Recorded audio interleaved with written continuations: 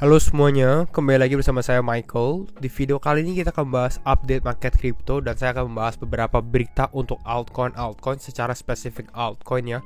Karena mungkin ada berita terbaru juga, mungkin news yang akan kita bahas. Lalu kita juga akan melihat secara teknikal terutama untuk market crypto kembali lagi daily update untuk Bitcoin juga ya. Jadi kalau misalnya teman-teman suka video ini, jangan lupa untuk share videonya, like ataupun subscribe, dan mungkin kita bisa langsung masuk aja ke dalam video.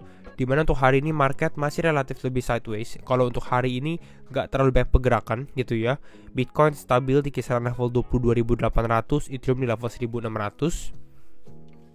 Kalau kita lihat altcoin, beberapa masih mengalami kenaikan. Di sini kita bisa lihat altcoin mulai sedikit bergerak di saat Bitcoin mengalami konsolidasi seperti itu ya. Ada GMT, kita lihat naik 18%, Lido naik 16%, Aksi ini kenaikan cukup besar ya, Aksi 10%. Dalam 7 hari terakhir pun dia naik 42% gitu ya dari Aksi AXS ini. Lalu kita lihat ada Celo, sepertinya Celo ini berganti logo. Kita lihat ada Phantom naik 7,8%. Kita juga akan bahas Phantom sedikit. The Graph, Gala, XRP, Polkadot, dan beberapa kripto lainnya ya. Secara 24 jam kita lihat dari sini ada optimism ya, kita sempat bahas kemarin. Optimism sudah all time high dan ada saatnya sebenarnya untuk dia sedikit mengalami koreksi pullback gitu ya, jadi normal. Ada Kava, Helium, OKB, Aptos, dan beberapa kripto lainnya.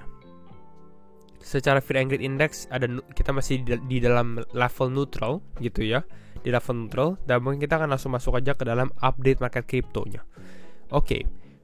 Secara global atau ini untuk market crypto saja, United Arab Emirates ya, UAE Minister says crypto will play a major role for United Arab Emirates global trade going forward. Ini sesuatu yang positif sekali gitu ya. Negara sebesar ya UAE ini mulai bisa dibilang ya melihat crypto ini sebagai salah satu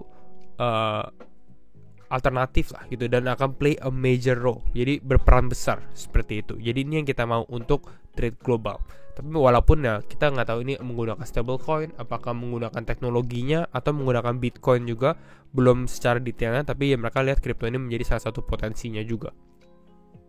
Next up kita melihat juga untuk Bitcoin. Ya, ini menarik karena ini kita baru aja celebrate yang namanya Chinese New Year gitu ya. Di sini kalau teman-teman perhatikan dari DB, buying Bitcoin at the end of the first day of Chinese New Year. Jadi kalau teman-teman beli Bitcoin di hari pertama Chinese New Year itu tanggal 22 gitu ya, berarti kemarin gitu ya, dan dijual 10 hari setelahnya gitu ya, akan ada return secara average ini 9% dari beberapa tahun terakhir dari 2015.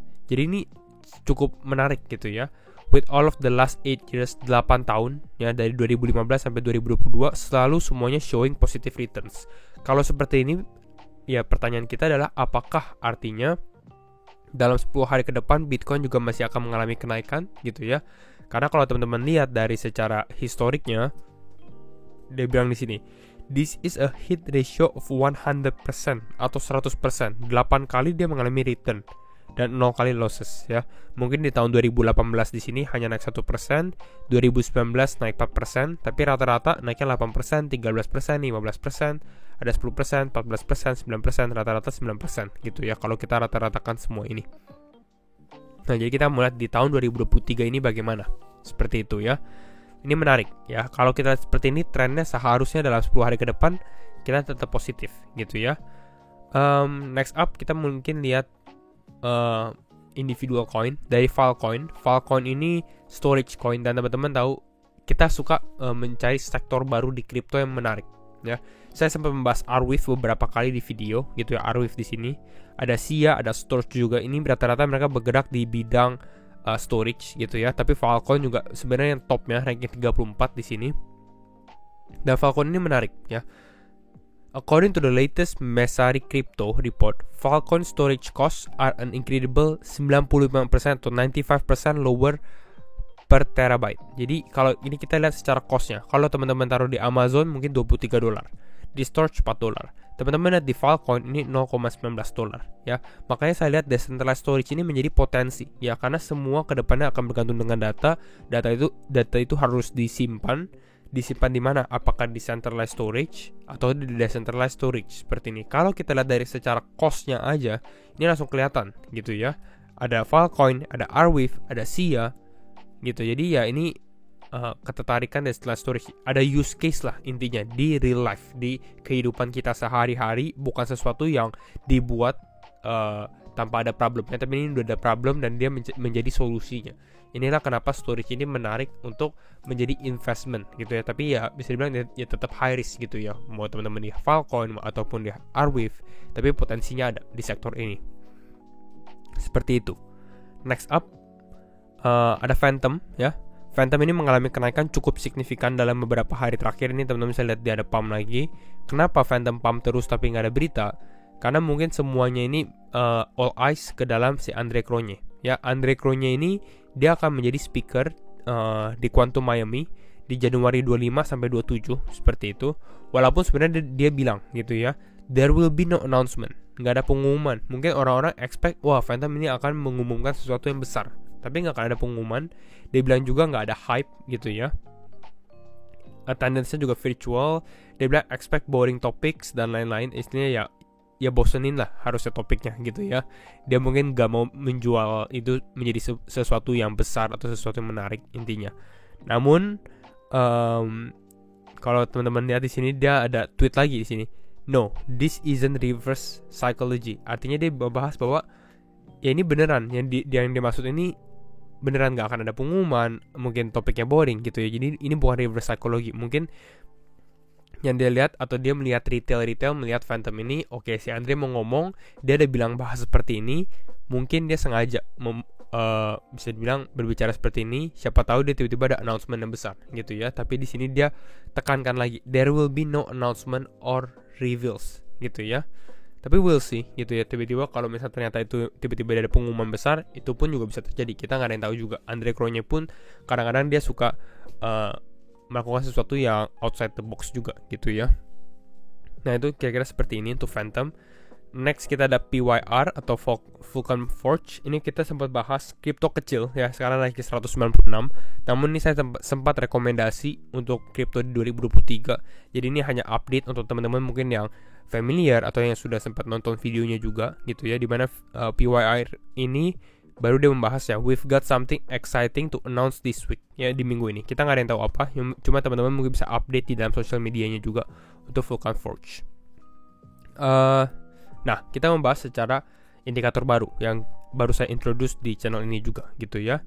Kalau teman-teman lihat di sini, Binance still pushing more Binance USD atau BUSD supporting Bitcoin margin futures. Ini kalau teman-teman lihat dari aggregate CVD spot. CVD ini apa? CVD ini adalah kumulatif volume delta. Jadi ini melihat secara volumenya. Dan kalau kita lihat dari Binance Exchange sendiri, ini kalau teman-teman lihat dari Binance-nya, ini ada movement untuk pushing ke atas. Dan kalau teman-teman tahu dari Bitcoin 17.000 ke saat ini, exchange atau kebanyakan bid yang terjadi atau pembelian yang terjadi itu di dalam exchange Binance gitu ya.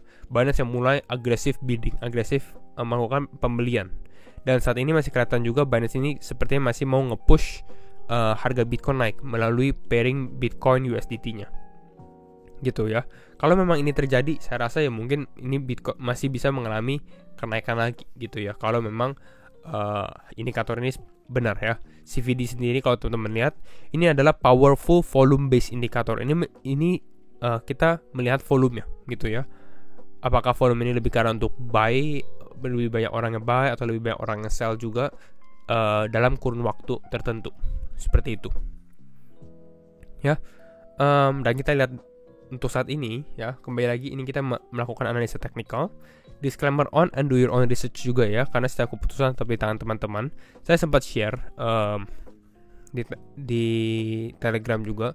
Ini Bitcoin sepertinya sudah mulai breakdown dari trend line-nya ini gitu ya. Namun kita bisa lihat secara price action pun ya cukup susah untuk melihat pergerakan market saat ini. Di satu sisi kita melihat oke, ini saatnya untuk Bitcoin mengalami penurunan gitu ya. Kenapa? Karena ya rally-nya udah cukup besar sekali. Kalau teman-teman zoom out kelihatan kenaikannya besar sekali dan penurunan pun make sense ya, masuk akal kalau misalnya terjadi koreksi. Namun yang kita bisa lihat juga di satu sisi ya, di sini kita lihat pushing ya, masih banyak buyer yang mau nge-push harga Bitcoin kembali gitu ya. Dan kalau kita lihat secara price action, mungkin secara 1 jam sendiri, ini teman-teman bisa perhatikan dalam 1 jam terakhir, atau ini jam berapa nih, jam 9 ya, jam 9 Bitcoin tiba-tiba naik ke area level 23.100, lalu mengalami penurunan sampai area level 22.500. Ini secara range berapa? 2,6% ya. Artinya ini market sudah mulai aktif kembali gitu, tiba-tiba naik tinggi lalu turun lagi gitu ya. Ini kalau teman-teman buka posisi futures, biasanya tujuan ini adalah untuk ya liquidate orang-orang yang udah mulai trading lah istilahnya. Untuk di sini yang mau short gitu ya, ataupun yang mau long juga gitu, biar kena stop loss ya. Now sekarang Bitcoin mulai lebih stabil dan mulai mengalami kenaikan lagi. Saya masih melihat kalau teman-teman lihat di time frame 30 menit atau 1 jam, trendline ini masih cukup kuat sih gitu ya. Kita harus lihat Bitcoin ini mulai regain dari trendline sebelumnya di sini ya. Kalau kita lihat juga ini sempat ada momentum atau opportunities juga untuk shorting ya, karena ini di area 0,618 0,65 secara Fibonacci-nya. Namun saya juga nggak ada komen untuk shorting saat ini juga, makanya saya nggak mengambil posisi tersebut dikarenakan ya momentum dari buyer-nya pun masih ada seperti itu. Kalau normally mungkin di sini potensi, karena di resistance ya, potensi short untuk Bitcoin mengalami penurunan. Dan ternyata benar, kalau kita lihat dari sini pun Bitcoin push higher ya, lebih tinggi lagi, lalu mengalami penurunan di sini. Ya, bahkan sempat trigger mungkin di area ini, level 23 ribuan. Kalau kita lihat dari sini, saya rasa ya masih sama ya. Kalau Bitcoin mungkin possible movement, kita lihat level 24 ribu pun masih bisa terjadi juga kalau kita lihat dalam beberapa hari ke depan dengan momentum yang ada gitu ya. Namun kita nggak mau terlalu terburu-buru juga. Kalau Bitcoin mengalami pullback, baru kita mulai posisi long gitu ya. Jadi kira-kira ini mungkin teman-teman bisa perhatikan level 22.700 juga, karena ini area golden pocket sebelumnya menjadi resistance. Mungkin dia bisa konsolidasi lagi di area ini sebelum push higher gitu ya. Kita akan lihat secara time frame 2 jam atau 4 jam. Kita menunggu mungkin konfirmasi big volume juga ya, untuk dia masuk ke dalam trendline kembali, trendline ini. Ini Bitcoin cukup konsolidasinya cukup lumayan udah mulai terbentuk lah istilahnya ya. Nah, kalau kita lihat Bitcoin dominance, oke, di sini kita bisa lihat Bitcoin dominance sendiri pun mulai, nih saya lihat dulu. Oke. Masih konsolidasi, tapi kita lihat secara short term time frame di sini ada Bitcoin dominance mulai regain back up lagi, mulai kembali naik lagi. Walaupun yang kita lihat secara time frame one day-nya yang kita lihat, ini sebenarnya dia di posisi resistance. Gitu. Jadi yang kita harapkan atau yang saya harapkan sendiri pun, ini Bitcoin dominance harusnya mulai switch gitu ya. Mungkin sedikit push up higher lagi baru mengalami penurunan, karena kita menunggu untuk Bitcoin dominance kembali mengalami penurunan lagi seperti itu. Jadi ini yang kita perhatikan ya. Nah, kita kalau lihat dari satu grafik Bitcoin lagi, grafik target kita ya secara time frame one day, ini yang kita bahas ya. Secara time frame one day, kita mungkin akan lihat apakah Bitcoin secara closing daily-nya bisa di atas high ini nih. Ini kita coba ukur lebih tepat ya. Ini area level 22.814. Jadi kalau misalnya Bitcoin bisa di closing di atas area ini, saya rasa potensi Bitcoin untuk closing ke area level 2445 ataupun 25 ini possible ya, kedua target ini. Baru mungkin di sini kita lihat akan ada big correction move gitu ya. Kenapa? Karena mungkin saya lihat ya market melihat oke, di sini potensi short gitu ya, tapi ternyata Bitcoin naik lagi. Di sini orang lihat oke, ini potensi short juga. Ternyata market naik lagi. Mungkin akan market naik lagi di sini, orang lihat wah ini akan bull market, istilah seperti itu. Tapi ternyata ini baru big correction move yang terjadi, dan ini akan banyak korban juga gitu ya. Kalau memang ini yang possible yang happen. Kembali lagi, ini do your own research and disclaimer on gitu ya. Kita akan tetap update lagi chart Bitcoin karena saat ini mulai menarik lagi gitu ya untuk kita perhatikan. Jadi kalau misalnya teman-teman suka video ini, jangan lupa untuk share videonya, like ataupun subscribe, dan sekali lagi thank you semua for watching and see you in the next video. Bye bye.